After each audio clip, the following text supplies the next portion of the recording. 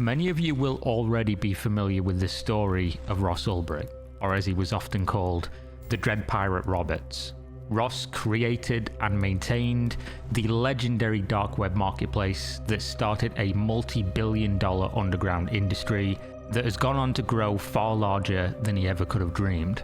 What many people are not familiar with, however, is the story of Variety Jones, the hidden mastermind who was alongside Dread Pirate Roberts almost every step of the way. A man who not only helped with almost all aspects of the day-to-day operation, but even convinced Ross to have people murdered in cold blood. This is the story of the Silk Road's forgotten mastermind.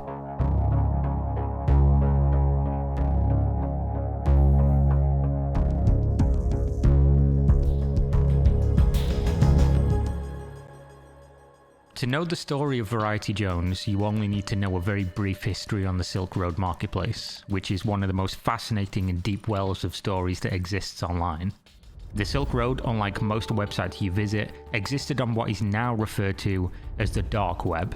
In reality, the dark web is much simpler than what it sounds like. It's just an alternate web browsing platform. In 2002, the US Navy released a program referred simply as Tor, short for the Onion Router. Tor was originally intended to be used as a secure version of the internet specifically for the United States intelligence community. Tor had one singular purpose: to allow for anonymous usage of the internet. The origin of Tor, even to this day, leads some users to believe that it is simply a trap with which to catch criminals, but in reality, Tor is open source and proven to be a real, anonymous and very useful tool. What ended up happening, whether or not the US government's Naval Research Laboratory envisioned it or not, was that in February of 2011, a young libertarian named Ross Ulbricht launched a website unlike any other, the Silk Road. The purpose of the Silk Road was also simple: to facilitate the sale of anything and everything, whether it was deemed legal or not, having no relevance. So now you had an anonymous browser, an anonymous website, but you needed an anonymous way to pay for goods, which is where Bitcoin enters the story. The new form of digital currency that at the time was also deemed to be untraceable. During the early days of Silk Road, Ross grew and sold his own magic mushrooms in order to get the ball rolling, but within weeks, there were other people dipping their toes into the murky waters. One such account, created on June 27th, 2011, went by the name Variety Jones. This account began to immediately sell their wares, quickly becoming the largest vendor on the entire platform with hundreds of listings. Unlike others selling hardcore narcotics, Variety Jones only sold one type of product: marijuana seeds. No flower, no other substances, just seeds. The account was incredibly active on the Silk Road forums, dropping little nuggets of information, getting more and more comfortable with the growing community of like minds. At the time, nobody really cared to look into who people were, but due to hindsight, if people simply Google search Variety Jones, they would have interestingly found his entire history, which is a cautionary tale about how easy it is to track every internet user if they like to share stories or reuse names. At the time though, Variety Jones was just any other user who just happened to have wares to sell and a philosophy to share. You see, the early days of the Silk Road wasn't unlike the early days of other communities. The people who were most willing to give the risky platform a shot were those who were true believers in the mission. The Silk Road wasn't a multinational corporation who appeared one day and existed to siphon profit from their users. It was a collective of like-minded people who frequently received posts from an admin known simply as Silk Road. This account, which was Ross Ulbricht, posted recommended reading about libertarianism, spoke about the goal of creating a free market for any and all commerce, and his general goals for the website, which resonated with the community. Many people think that the Silk Road was just a grimy place where savages sold narcotics. In reality, it was, at least in the very beginning, a very placid environment where like-minded people came together to share a similar goal. That goal just so happened to be highly illegal, and Variety Jones was one of the true believers who arrived early. He was a veteran to selling seeds to these plants for over 20 years in the United Kingdom, and without anybody really knowing, one of the biggest names in the underground seed market for Europe. Variety Jones very quickly began networking with the Silk Road admin himself. You see, another misconception about the Silk Road and Ross was that he was some kind of tech wizard or mastermind. In reality, the Silk Road was incredibly amateurish, and it didn't take long for Ross to start recruiting from within the community for people to help him run the ship. One of the first recruits was a man referred to as Utah, who was helping to rewrite the amateurish coding of the entire Silk Road website. On top of that, he needed to hire people to handle the influx of customer service requests. More importantly though, security was a massive issue. You see, the Silk Road had been the target of repeated hacks and attacks. Black hats were taking advantage of the same anonymous nature of Tor and Bitcoin in order to steal from the Silk Road platform directly or to extort its shadowy owner. People would find exploits and either use that to steal money or to message the Silk Road admin and say, if you don't give me money, I will continue to take the website offline, or essentially leak your identity and other such things. Around this time, Variety Jones showed up. This was the biggest and strongest willed character I had met through the site thus far. He quickly proved to me that he had value by pointing out a major security hole in the site I was unaware of. In a short period of time, the interactions between Silk Road admin and Variety Jones changed entirely. No longer were they saying you or me, they were saying we. Even according to Ross's own journal, Variety Jones had become an integral part of the ship, helping to plug holes in the hull with security concerns, create better methods of interacting with the community, plans for future updates, bringing in trusted developers, and most importantly, to address legacy operation security concerns with Ross's real-life identity. On December 9th, 2011, Variety Jones asked a simple question. IRL, is there anyone with a clue at all? Girlfriend, boyfriend, bunny you talk to, online buddy who you've known for years, grandma, priest, rabbi, stripper? To which Ross admitted, yes, there are two, but they think I sold the site and got out, and they are quite convinced of it. Ross goes on to tell Variety Jones that they think he sold the Silk Road website a month ago and that he lives nowhere near them anymore, that one person he will probably never speak to again, and the other person he will drift away from. In hindsight, we now know who Ross referred to here. The person he said he would likely never speak to again is the person who helped him create the entire website, a man called Richard Bates. Richard originally knew nothing about Ross was doing. He simply responded to this, "Can I ask you programming questions?" These of course led to the creation of the Silk Road, and Richard later found out, even before the website went live, as he admitted during the eventual trial where he did testify against his friend. He had told Ross he wouldn't continue helping unless he knew what he was building, at which point he admitted to creating a marketplace to facilitate the sale of narcotics. Richard still continued to help, even after seeing the homepage with listings for illegal substances, but eventually they each cut off contact and moved on with their life. The person Ross refers to as someone to drift away from was his long-term girlfriend Julia Vai, who knew about the Silk Road in its entirety, something she had also told her own long-term friend, which was the cause of their eventual breakup. Not knowing any of this very important context though, Variety Jones during that same December 9th conversation laid out his master plan for insulating Ross from the potential law if they ever came knocking. The question was easy. Have you ever seen The Princess Bride? You know the history of Dread Pirate Roberts? Ross said he couldn't quite remember, but that Wesley was him, taking up his name. At which point Variety Jones explained the simple concept that the Dread Pirate Roberts was a name that was taken over by a new person when the old one retired. The concept being that if Ross wanted to sell the idea he was no longer involved in the Silk Road, he could take on the character in the same way portrayed in the movie. To the public, Dread Pirate Roberts could be talked about as multiple people, and nobody would ever know if it was one individual. Then, even if caught later and tied to the creation, Ross could simply say he got out before it all happened and try to get off with lesser charges, if any at all. Ross of course loved the idea and quickly adopted it. This was when an associate became a friend and the pair blossomed to a full-blown partnership. One that had an incredibly interesting power dynamic, being that Ross was now in control of the new frontier of narcotics, and Variety Jones was a grizzled veteran of skirting laws across the planet and now living on a small island in Thailand.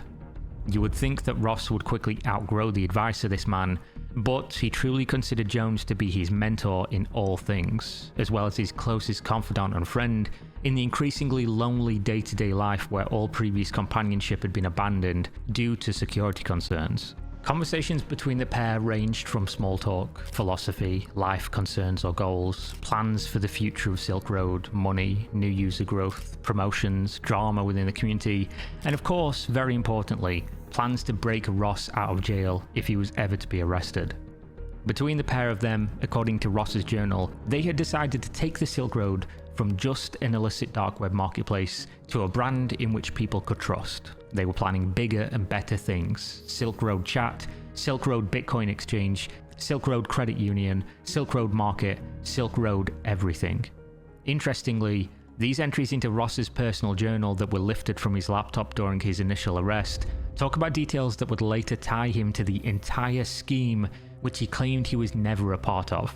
You see, Ross's eventual defense in court did rely on Variety Jones's initial idea, that he'd sold it and left a long time ago, that he was framed, that this was somebody else doing it. But when critically examined, of course, falls apart immediately.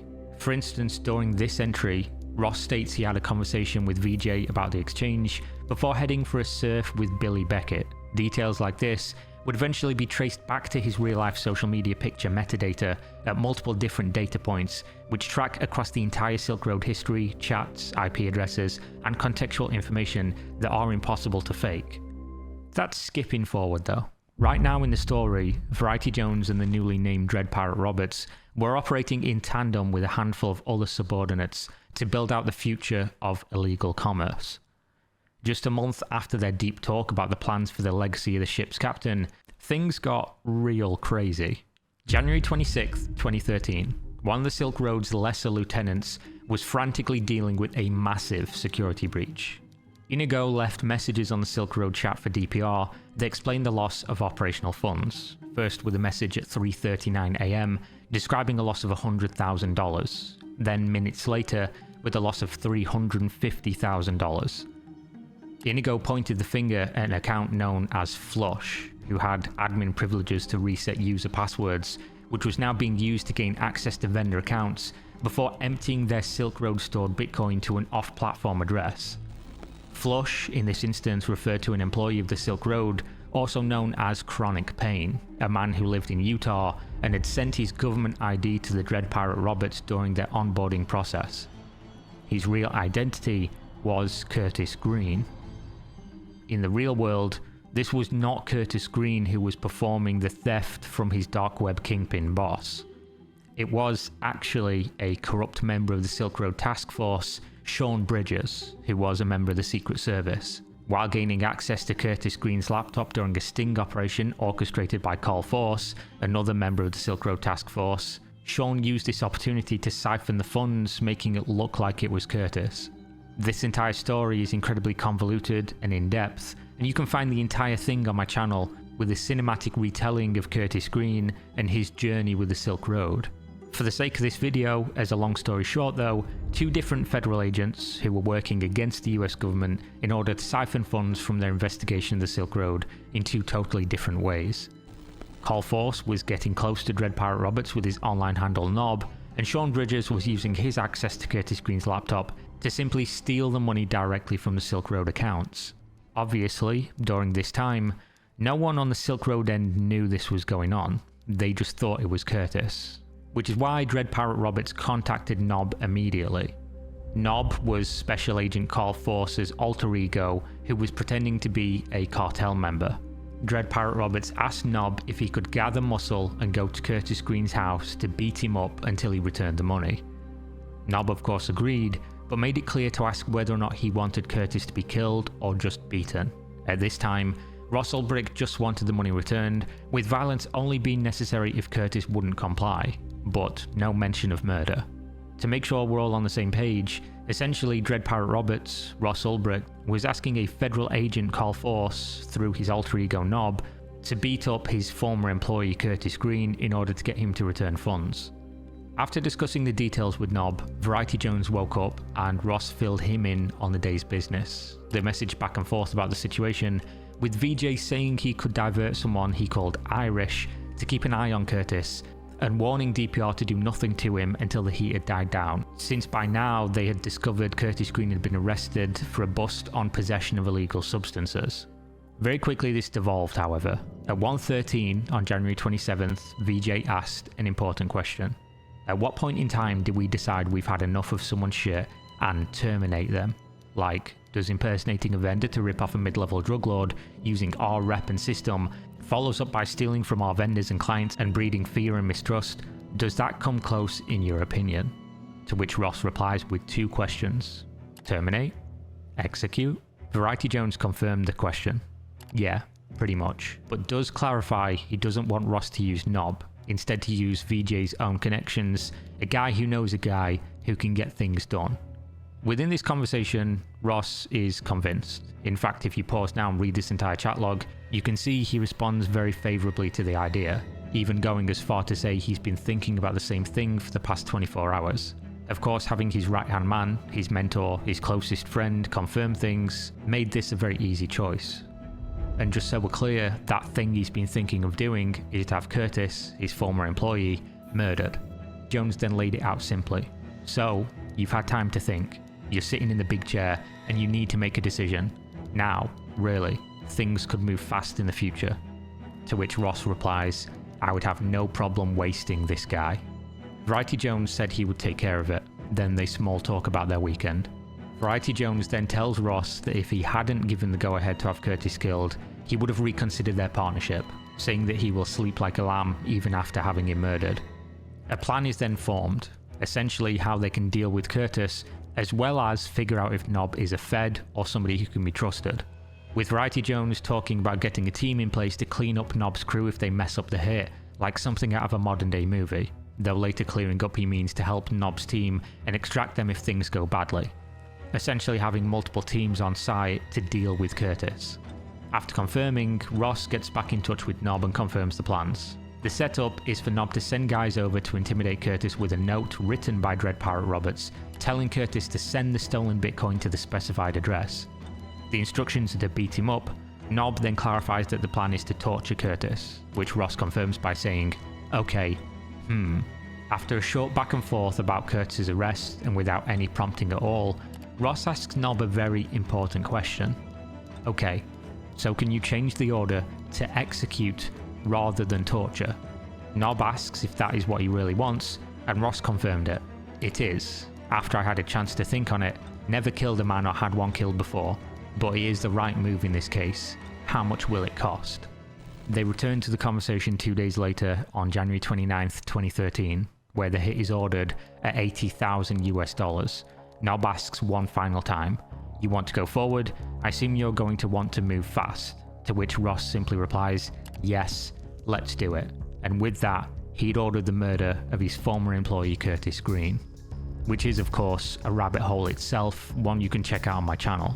But at this point, Variety Jones had nudged Ross to have a man murdered, and shortly after this, discussed having another 5 people murdered during the infamous blackmail attempt that eventually devolved into Ross hiring the Hells Angels to travel around Vancouver, picking up enemies of the Silk Road and disposing of them. A thing that Variety Jones helped him with every step of the way. Also a thing that never really happened, just an elaborate scam, a scheme, and an incredible story to tell in and of itself, one that cost Dread Pirate Roberts over $1 million. After this, the story is slightly more well known, and going into details would be an entire multiple hour-long retelling of how Ross had already been messing up with the breadcrumb trail of his information online, how multiple different task forces closed in and found his identity, how they followed him to a public library and grabbed his open laptop while he was distracted, gaining access to every shred of evidence required to put him behind bars. They offered him a plea bargain that they said would be 10 years in prison if accepted, which he didn't, and saw an eventual judgment of 2 life sentences plus 40 years with no chance of parole, meaning he will die after spending a lifetime behind bars in a federal prison.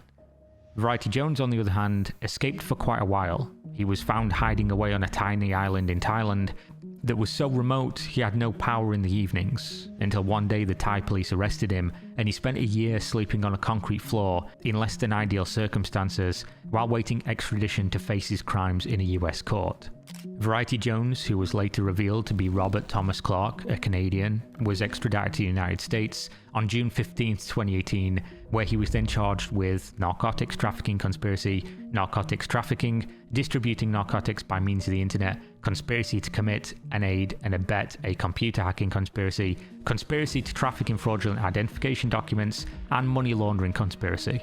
He was in custody and trials for over 5 years until on July 11th, 2023, just earlier this year, Variety Jones was sentenced to 20 years in a federal prison, a sentence that will likely see him die behind bars, just like Ross. If Ross Ulbricht was the captain of the Silk Road ship, Robert Clark was certainly the vice captain, often taking control of the rudder and aiming them towards yet more criminal activity. If this is what they were comfortable with early on and what they were capable of, even if the things never happened, who knows what they would have been doing years later together.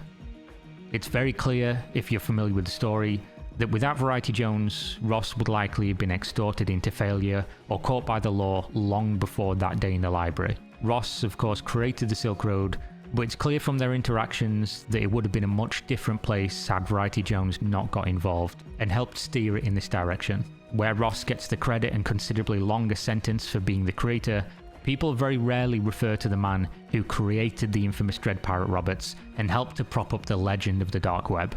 But this is his story, and hopefully you enjoyed.